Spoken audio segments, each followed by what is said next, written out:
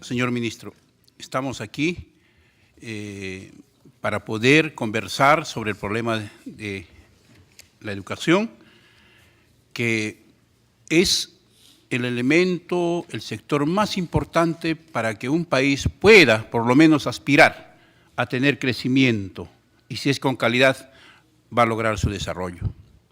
No nos vea como la oposición.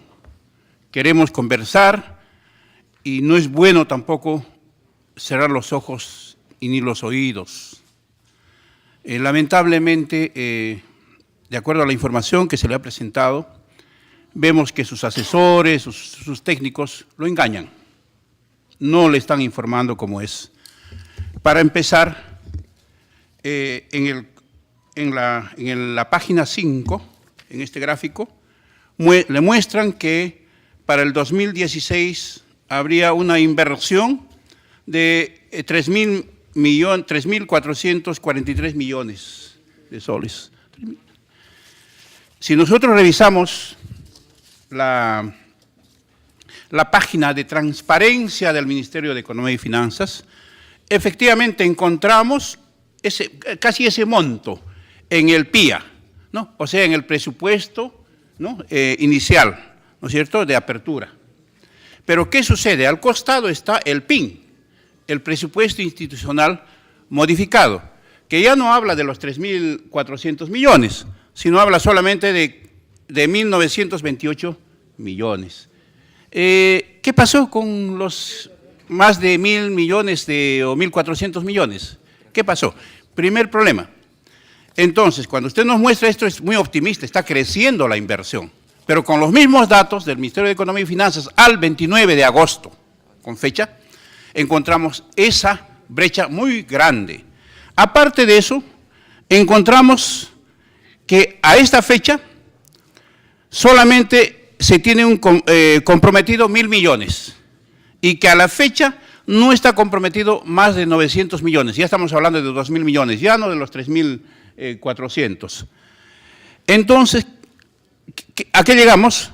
Que se habría ejecutado a esta fecha solamente el 34%. Ya estamos en septiembre del presupuesto. Esto me conduce a lo siguiente, que no vaya a ocurrir como el año pasado. El año pasado se ha devuelto a Tesoro la suma de 200 millones. Aquí tengo el decreto supremo 376, que aquí le voy a hacer alcance, aquí están los decretos supremos, también el decreto supremo 281, mediante los cuales el Ministerio de Educación devuelve recursos a Tesoro Público bajo la denominación de a favor de la reserva de contingencia del MEF y a favor de la reserva de contingencia del MEF al fenómeno del niño. Le pregunto, devolver esa cantidad de dinero pareciera que sobraba, pareciera que no hubiese proyectos. Yo le digo, en mi región, yo me alegro mucho por los colegas que hablan de sus regiones, que hay inversión en infraestructura. Mi región, la mayor parte de la población vive por encima de los 3.800 metros sobre el nivel del mar. Y hay una carestía alarmante de proyectos para construir infraestructura. ¿Y cómo es que se devuelve? Si eso ha ocurrido el año pasado, es posible que este año, para llegar y decirle al señor ministro, mire, hemos gastado como el año pasado al 97.9%, al 98%, ¿no? Haciendo esa figura de la devolución para, digamos, justificar esa transferencia. Ahora, también vemos que respecto al presupuesto para los Juegos Panamericanos, yo estoy de acuerdo con el congresista Ceballos cuando dice, hay que evaluar, ¿podremos nosotros efectivamente tener ese dinero suficiente para afrontar estos Juegos Panamericanos cuando esto ya ha sido aprobado hace 3 años? Si a la fecha, este año, el año pasado, 2015, se ha destinado 2.400 millones, 2,5 millones, y solamente se ha ejecutado 1.900.000. Entonces, con esa cantidad de dinero es que vamos a afrontar, y sabiendo además que en la partida genérica de gastos se tiene 126 millones con un PIN de 56 millones. Se está hablando de 4.000 millones o 5.000 millones, en el peor de los casos, con la información que ustedes manejan, de 2.000 millones. Entonces, ¿cómo es que vamos a afrontar, ¿no?, estos Juegos Panamericanos si a la fecha no se ha empezado y los años se van a venir rápidamente? Entonces necesitamos una respuesta muy sincera de parte de sus técnicos respecto a este problema. También se ha comparado bastante Finlandia con Corea. No hay punto de comparación. Finlandia tiene casi $50.000 de ingreso per cápita. En el Perú está 10 veces menor. Igualmente Corea tiene más de $30.000 de ingreso per cápita anual, que está que está por encima de lo que nosotros tenemos aquí en Perú. Entonces yo creo que es bueno comparar, digamos, con lo que nosotros somos realmente, con la inversión que se hace, ¿no? Porque si nosotros comparamos lo que ocurre en Finlandia, obviamente un padre de familia que gana $50.000 al año, no fácilmente va a poder destinar de repente el 10%, 20% de ese presupuesto para la educación de sus hijos. Pero los nuestros, si tomamos en cuenta especialmente a la población que vive en el sector rural, que no tiene ingresos, vive una economía de subsistencia, entonces, ¿cómo es que va a cubrir esa parte tan importante que es la nutrición? Ya lo ha dicho el colega Bocángel. A los 3, 4 años ya el cerebro está formado, el intelecto está formado. Y eso es una información científica ya que no da lugar a discusión. ¿Cómo vamos a superar todos esos problemas? Si hay deficiencia en el pago de docentes que ganan una miseria, hay una deficiencia en cuanto a infraestructura, en la alimentación de los niños que van a tener que asistir en ese proyecto de jornada completa.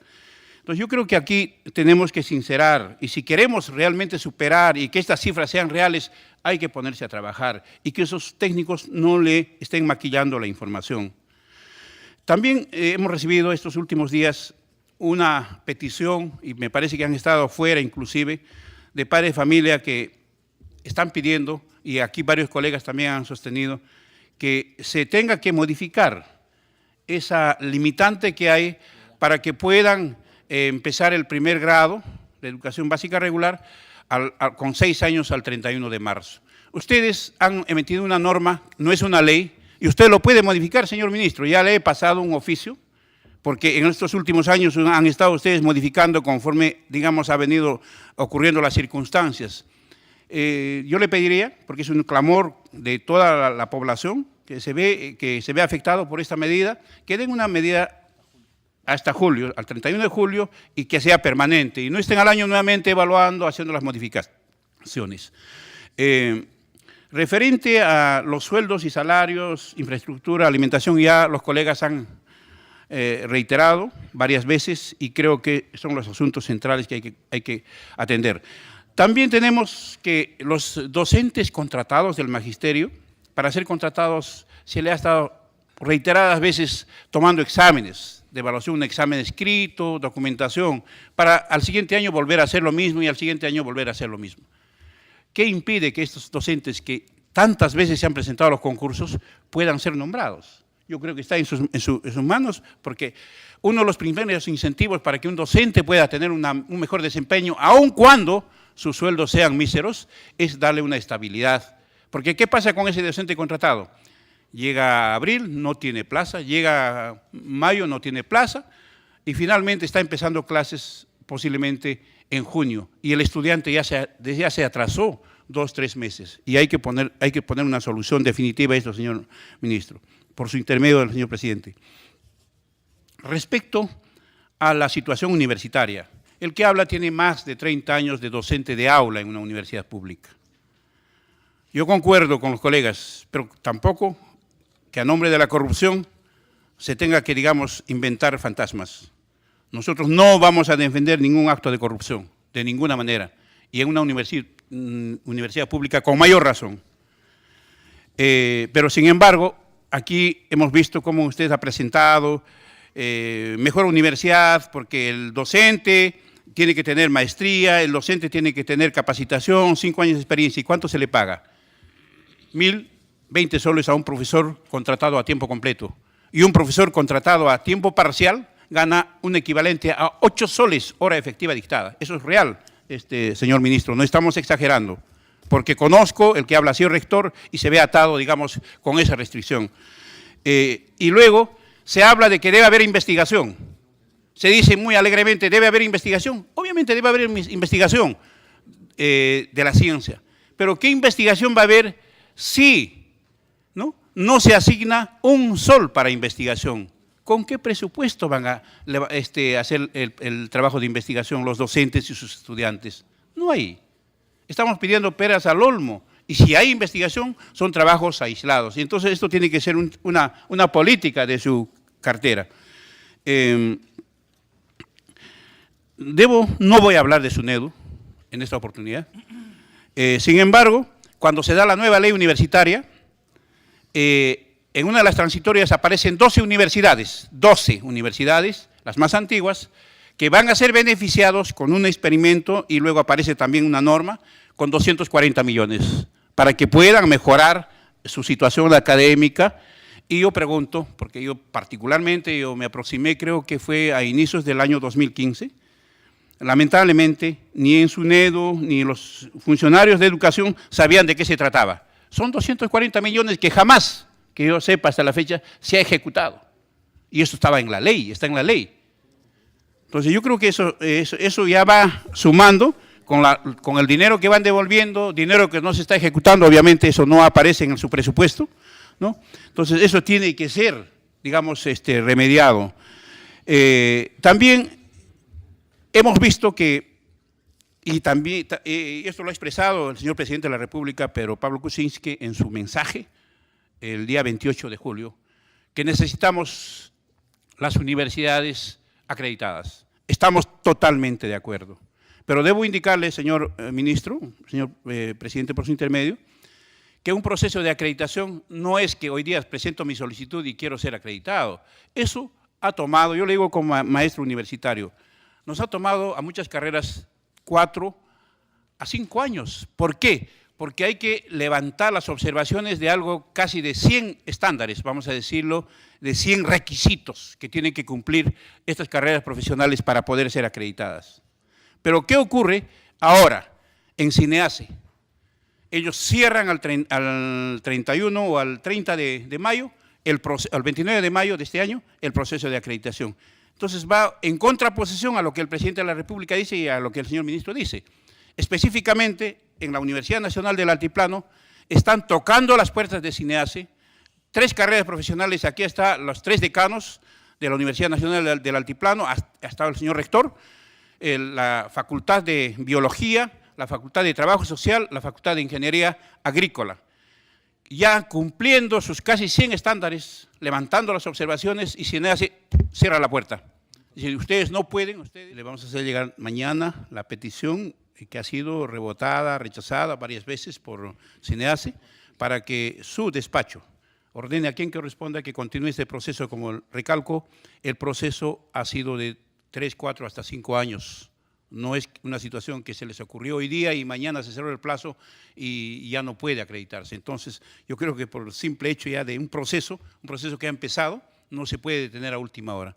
Igualmente yo le alcanzo el oficio en la cual se debe modificar por su despacho que el tope al 31 de marzo para aquellos niños que cumplen 6 años y puedan iniciar sus estudios primarios sea modificado al 31 de julio. Le alcanzo por su intermedio al señor presidente, al señor ministro. Finalmente, recalcarle, señor ministro, que nosotros estamos aquí para conversar, dialogar y encontrar soluciones juntamente con su despacho para que tengamos una educación de mejor calidad. La tarea es difícil, obviamente, pero si nosotros vamos a cerrar los ojos frente a la realidad en que vivimos, seguramente van a pasar los 5 años y la situación va a seguir sin haberse modificado. Hay muchos reclamos de las universidades. Yo creo que va a haber una oportunidad de conversar esto con más amplitud específicamente sobre este tema. Yo le agradezco. Finalmente, decirle, ya un colega también ha mencionado sobre los colegios de gestión municipal. Existen Puno, en el distrito de Ñuñoa, para ser específico, que está por encima de los 3.900, casi 4.000 metros de altura, el municipio distrital de Ñuñoa, que paga los sueldos de sus docentes con sus ingresos propios, atiende a sus estudiantes en su propio local.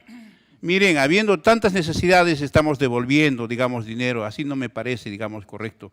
Yo le solicito que igualmente tome cartas en el asunto, ¿no? Y pueda liberar de esa carga a un municipio pobre, completamente pobre. Gracias, señor ministro, por su intermedio, señor presidente de la Comisión de Educación.